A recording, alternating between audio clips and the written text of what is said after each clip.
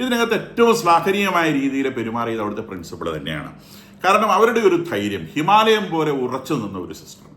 അവര് ചിരിച്ചുകൊണ്ട്, പക്ഷെ ആ ചിരിയുടെ മുന്നിൽ ഹിമാലയത്തോളം ശക്തിയുള്ള ഉറച്ച ഒരു മനസ്സുണ്ടായിരുന്നു. അവരുടെ വായിൽ നിന്ന് പുറത്തു വന്ന വാക്കുകളിൽ ഒരെണ്ണം പോലും പെറുക്കിയെടുത്ത് അവരെ ടാർഗറ്റ് ചെയ്യുവാനോ കോർണർ ചെയ്യുവാനോ ഇക്കൂട്ടർക്ക് സാധിച്ചില്ല എന്നുള്ളത് ഇപ്പോൾ ഇവർ സോഷ്യൽ മീഡിയയിൽ നടത്തുന്ന അവഹേളനം അങ്ങേയറ്റം വ്യക്തമാണ്. കാരണം ഒരു തരത്തിലും ഇവർക്ക് ടാർണിഷ് ചെയ്യാനാവാത്തത് കൊണ്ടാണ് ഇവർ മോർഫ് ചെയ്ത പിക്ചറുകൾ ഇവർ നിരന്തരമായി ഉപയോഗിച്ച് ഈ സിസ്റ്ററെ ടാർഗറ്റ് ചെയ്യാൻ ശ്രമിക്കുന്നത്.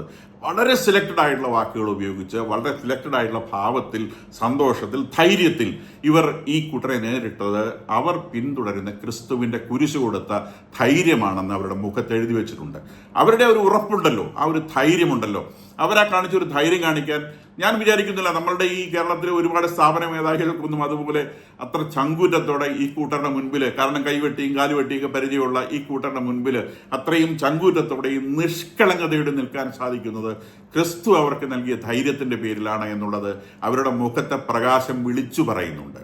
അവരുടെ മുഖത്ത് നിന്ന് പ്രസരിച്ച പ്രകാശത്തിന് മുന്നിൽ അവിടെ കയറി വന്ന ഈ ഇരുട്ട് നിമിഷ നേരം കൊണ്ട് മാഞ്ഞു പോകുന്നതാണ് നമ്മൾ കണ്ടത്. അവർക്ക് ഈ പ്രകാശത്തിന് മുന്നിൽ പിടിച്ചു നിൽക്കാനാവാതെ ഈ ഇരുട്ട് അവിടെ നിന്ന് ഓടിപ്പോവുകയാണ് ചെയ്തത്.